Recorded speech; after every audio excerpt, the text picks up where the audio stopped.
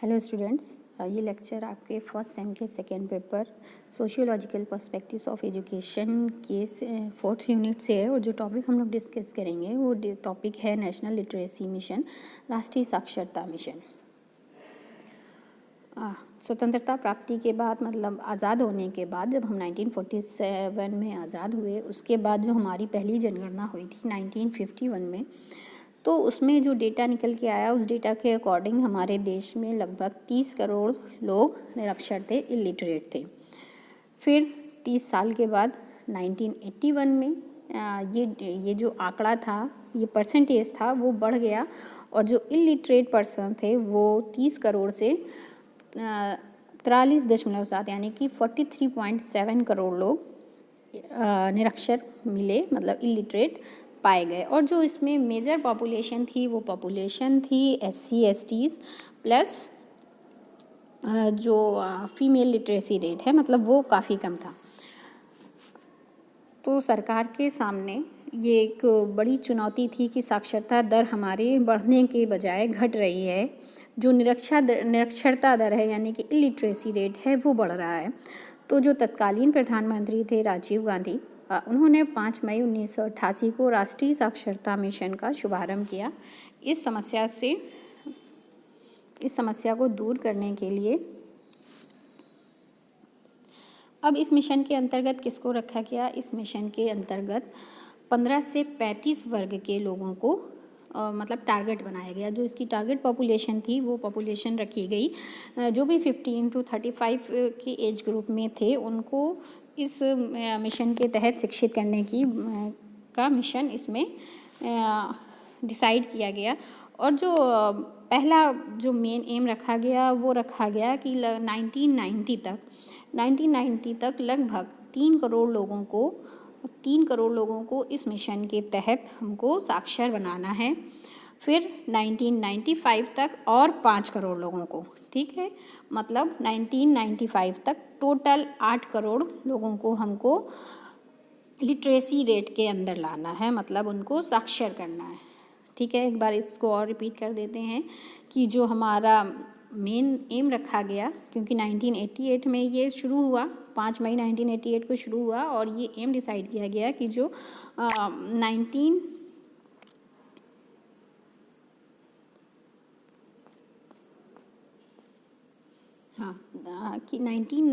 तक लगभग 3 करोड़ लोगों को इस मिशन के तहत शिक्षित किया जाएगा और 1995 तक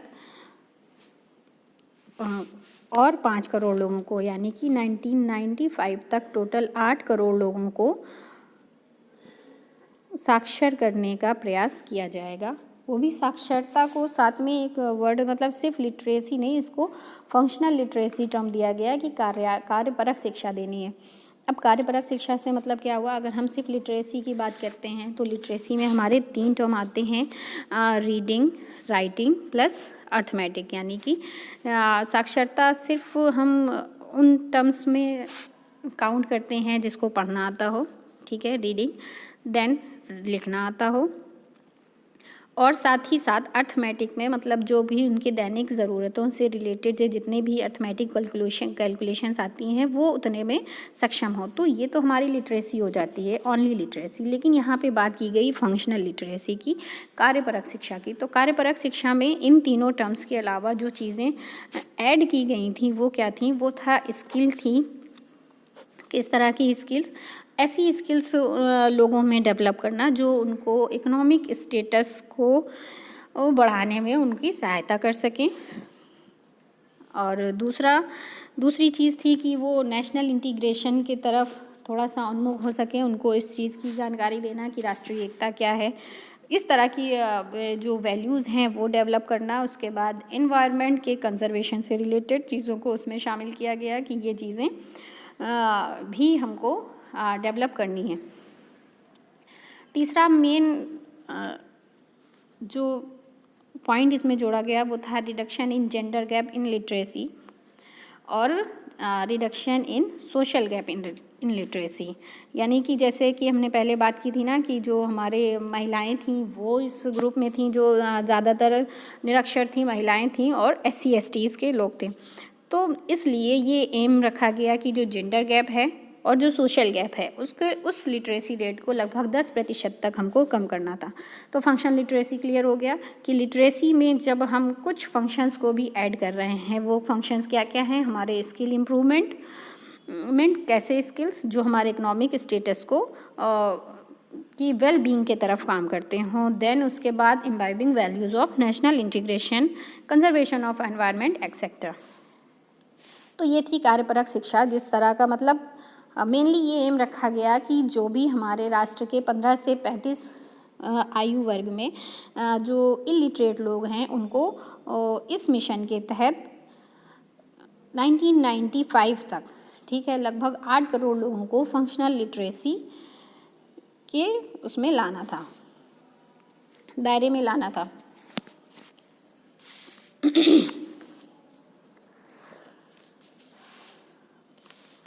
इस मिशन के अंतर्गत क्या क्या बातें की गई थी ये भी बात कर लेंगे हम लोग। क्या क्या डिक्लेरेशंस दिए गए थे उस टाइम पे, क्या क्या घोषणाएं की गई थी। हाँ, जैसे 15 से 35 वर्ष की हम बात कर रहे हैं ना, तो मेनली हम बात कर सकते हैं कि 15 से 35 वर्ष में जो लोग आते हैं तो इनको हम कहीं ना कहीं एडल्ट एजुकेशन में काउंट कर सकते हैं। तो ये जो मिशन था ये एडल्ट एजुकेशन को ज़्यादा फोकस्ड था। और ये जो टाइम था 1985, ये भी क्वेश्चन आता है कि वो कौन सा ईयर प्लान, क्योंकि 5 ईयर प्लान चल रहे थे, तो वो 7th 5 ईयर प्लान था 1985 to 90 का, जिस टाइम पे इसकी घोषणा की गई और ये शुरू किया गया। अब इसके अंतर्गत क्या क्या डिक्लेरेशंस किए गए थे, तो पहला डिक्लेरेशन था कि प्रौढ़ शिक्षा को राष्ट्रीय लक्ष्यों से जोड़ा जाए और इसके विकास पर विशेष ध्यान दिया जाएगा। ठीक, मतलब एडल्ट एजुकेशन, जैसे हमने बताया कि जो एज ग्रुप है वो 15 से 35 साल का है, तो वो एडल्ट एजुकेशन, क्योंकि हमें उनको लिटरेट करना था, हमें उनको एजुकेट करना था, तो उन पे विशेषता ध्यान देने की बात की गई उसमें। फिर अगला क्या था पॉइंट, अगली घोषणा थी कि केंद्र सरकार और राज्य सरकारें नक्शा उन्मूलन के लिए कटिबद्ध होकर कार्य करेंगे। The central and state governments will work devotedly for eradications of illiteracy. किस तरह से दोनों मिलके काम करेंगे, मतलब कि जो भी इसमें सपोर्ट है वो दोनों का रहेगा। अब कैसे हुआ, मतलब इसमें सिर्फ और सिर्फ सेंट्रल गवर्नमेंट का ही रोल नहीं था, दोनों जिस राज्य में जैसे काम हो रहा है तो कुछ पोर्शन सेंट्रल गवर्नमेंट इक्वली सारे स्टेट्स को देगी और स्टेट्स उसमें अपना जो भी उनका पार्ट डिसाइड है उस पार्ट के अकॉर्डिंग अपना कंट्रीब्यूशन करके उस मिशन को फुलफ़िल करेंगे। ठीक है, तो मतलब कि इस सेंट्रल एंड स्टेट गवर्नमेंट दोनों ने मिल के इस पे काम करना था। फिर अगला है कि निरक्षरता उन्मूलन के लिए उच्च शिक्षा संस्थाओं, शिक्षकों, छात्रों, शैक्षिक संस्थाओं और युवा वर्ग का सहयोग लेने की बात की गई थी। अब जैसे आती है बात कि ठीक है हमने एक पॉपुलेशन ले ली, ठीक, पॉपुलेशन है हमारे पास कि ये पॉपुलेशन इलिटरेट है, लेकिन हम इनको एजुकेशन देंगे कैसे, इन तक हम एजुकेशन को कैसे प्रोवाइड कराएंगे। तो जैसे शैक्षिक संस्थाओं की बात हो रही, मतलब वॉलेंट्री ऑर्गेनाइजेशंस या वॉलेंट्री यूथ्स, इस तरह से एक मिशन को फुलफ़िल करने के लिए हमको कई वॉलेंटियर्स की हर लेवल पे वॉलेंटियर्स की ज़रूरत थी, वो चाहे हमारा इंस्टीट्यूशन हो, हमारे टीचर्स हो और यूथ हो। ठीक, तो उन सबको भी इसमें मतलब उनके सपोर्ट लिए जाने की बात की गई। फिर अगला The means of mass communication will be used for implementation of adult education programs and distance education programs will be chalked out। क्योंकि हर व्यक्ति तक शैक्षिक संस्थाएं पहुंच पा रही हैं या मतलब वो पर्सन जो इलिटरेट पर्सन है वो एजुकेशनल इंस्टीट्यूशंस तक पहुंच पा रहा है या नहीं पहुंच पा रहा है, इसलिए यहाँ पे थोड़ा सा मास कम्युनिकेशन और डिस्टेंस एजुकेशन के प्रोग्राम्स को भी इंक्लूड करने की बात की गई। क्योंकि जो जनसंचार के माध्यम हैं वो हमें मतलब इससे जो डिस्टेंस एजुकेशन है या मास कम्युनिकेशन है, इससे कहीं ना कहीं जो हमारी जो टाइम बाउंडेशंस होते हैं या डिस्टेंस के बाउंडेशंस होते हैं, तो इससे हम थोड़ा सा बाहर निकल सकते हैं। इसके परे हम अपनी एजुकेशन को मतलब जो हमारा लक्ष्य था हम इसको पूरा कर सकते थे, इसलिए इसको भी शामिल किया गया। फिर अगला पॉइंट जो लास्ट है वो आता है इसमें, ग्रामीण क्षेत्रों में सतत शिक्षा केंद्रों की स्थापना की जाएगी। कंटिन्यूइंग एजुकेशन सेंटर्स खोले जाने की बात की गई रूरल एरियाज़ में। कंटिन्यूइंग एजुकेशन क्या होती है? कंटिन्यूइंग एजुकेशन मतलब सतत शिक्षा की अगर हम कहें तो सतत शिक्षा उन लोगों के लिए होती है जिन्होंने मतलब कि अपने जैसे कि लाइफ लॉन्ग लर्निंग प्रोसेस है ना, जीवन पर्यंत होनी चाहिए। क्यों? क्योंकि अगर हमने शिक्षा लेके हमने उसका यूज़ करना छोड़ दिया तो जो हमने भी सीखा है, मान लो किसी ने फर्स्ट टू फिफ्थ तक की एजुकेशन ली है, आगे उसने एजुकेशन नहीं ली, ठीक है, और ना ही उन चीज़ों को कहीं भी अप्लाई करने का मौका मिला, तो वो एजुकेशन नहीं रह जाती है। तो इस तरह के सेंटर्स खोलना कि जो जिसने जो एजुकेशन ली है वो उसको आगे बढ़ा सके और साथ ही साथ उसको अपने मतलब लाइफ लॉन्ग लर्निंग में कन्वर्ट कर सके।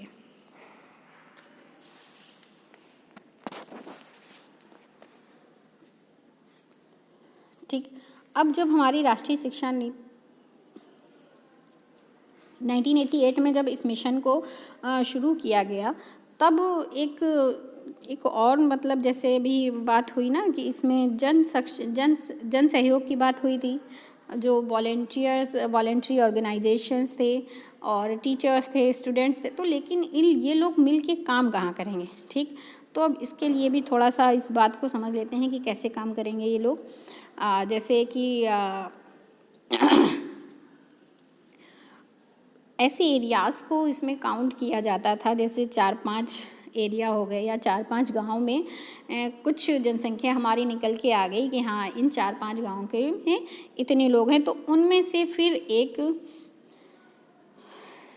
एक संस्थान खोला जाता था, मतलब 4-5 गाँवों में सम्मिलित रूप से कंबाइंडली एक इंस्टीट्यूशन खोला जाता था जिसको नाम दिया जाता था जन शिक्षण संस्थान या जन शिक्षण निलयन।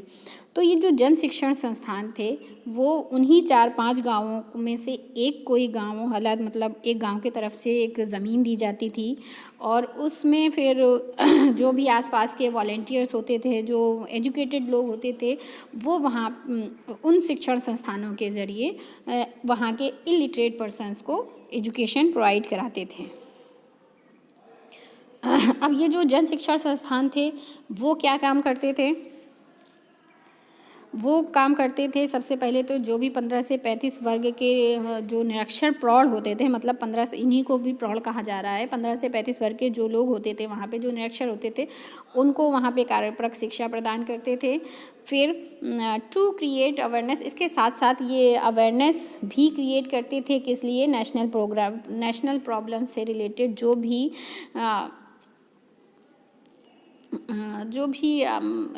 मुद्दे थे उस टाइम के, तो उनको मतलब ये जो हमारे जन शिक्षण संस्थान हैं वो कहीं ना कहीं उन सारे डिक्लेरेशंस को ही फुलफ़िल करने में लगे हुए थे। जैसे हमने अभी उसमें बात की ना कि उनको एजुकेट करना है, कार्यपरक शिक्षा देनी है, तो कार्यपरक शिक्षा में क्या क्या चीज़ें थी? हमारी रीडिंग, राइटिंग और अर्थमेटिक के साथ साथ स्किल इम्प्रूवमेंट था जो कि उसके इकोनॉमिक स्टेटस से रिलेटेड होते हैं। देन नेशनल इंटीग्रेशन की बात हुई थी और कंजर्वेशन ऑफ एनवायरनमेंट, इस तरह की चीज़ों को, इस तरह की वैल्यूज़ को डेवलप करने की बात हुई थी।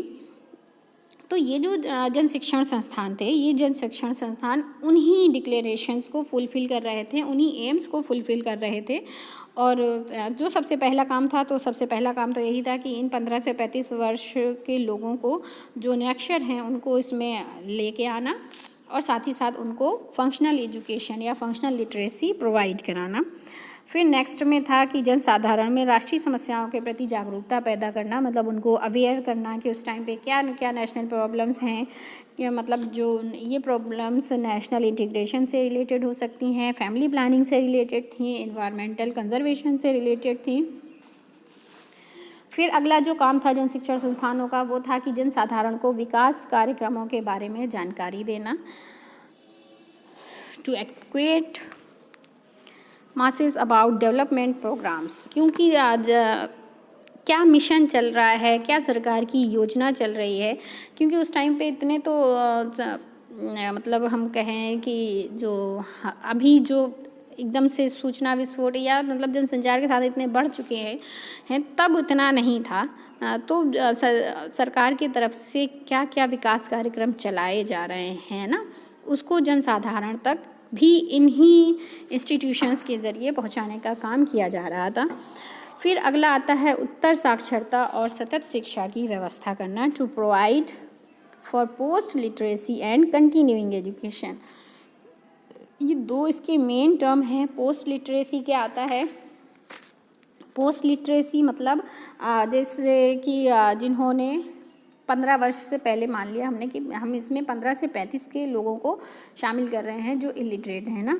लेकिन ये पोस्ट लिटरेसी क्या टर्म है? पोस्ट लिटरेसी टर्म है कि मान लो जिन्होंने अपनी प्राइमरी एजुकेशन पूरी नहीं की थी, है ना, या कर ली थी उसके आगे नहीं पढ़ा, तो ये है पोस्ट लिटरेसी।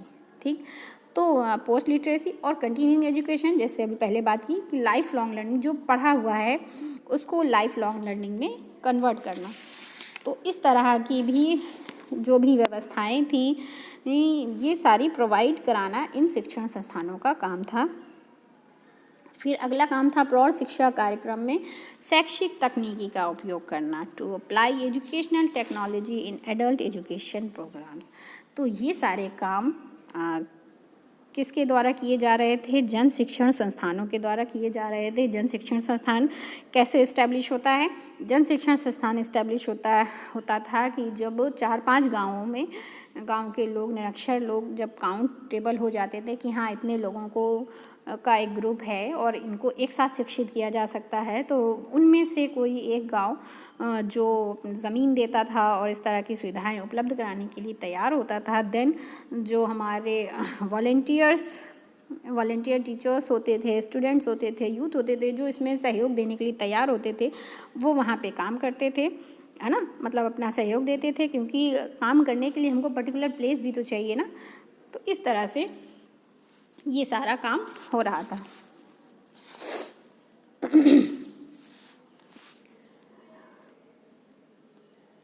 अगर हम एडल्ट एजुकेशन के फील्ड में चेक करें कि राष्ट्रीय साक्षरता मिशन का क्या मतलब रोल रहा है, तो इसमें बहुत भूमिका रही है और इस मिशन के तहत बहुत सारे लोग शिक्षित किए गए।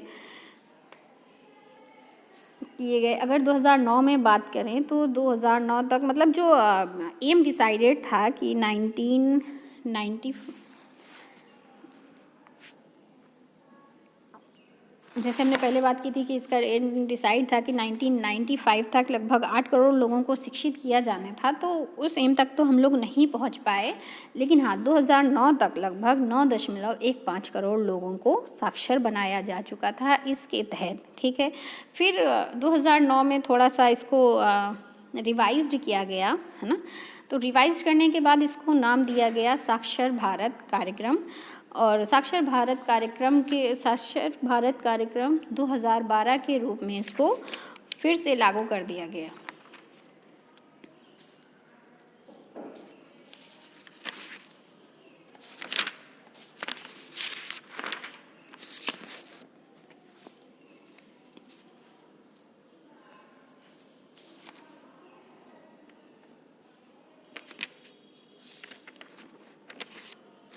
अगर हम प्रेजेंट में बात करें, प्रेजेंट सिनेरियो में, तो जो ये साक्षर भारत प्रोग्राम था, इसमें थोड़ा सा, क्योंकि देखो 2009 में इसको पुनर्संरचित किया गया, रिवाइज्ड किया गया, तो 2009 में इसको नाम दिया गया साक्षर भारत कार्यक्रम, साक्षर भारत प्रोग्राम। फिर अगर हम प्रेजेंट में बात करें हमारी नई शिक्षा नीति के बाद, तो इसका नाम रखा गया है नव भारत साक्षरता कार्यक्रम। ठीक, अब नव भारत साक्षरता कार्यक्रम क्या है? नव भारत साक्षरता कार्यक्रम का जो लक्ष्य है वो है कि 2030 तक हम 100% साक्षरता के लक्ष्य को प्राप्त कर सकें, यानी कि 100% लिटरेसी रेट तक हमको पहुंचना है 2030 तक। और ये जो प्रेजेंट में इसका नाम लिया गया है वो है नव भारत साक्षरता कार्यक्रम।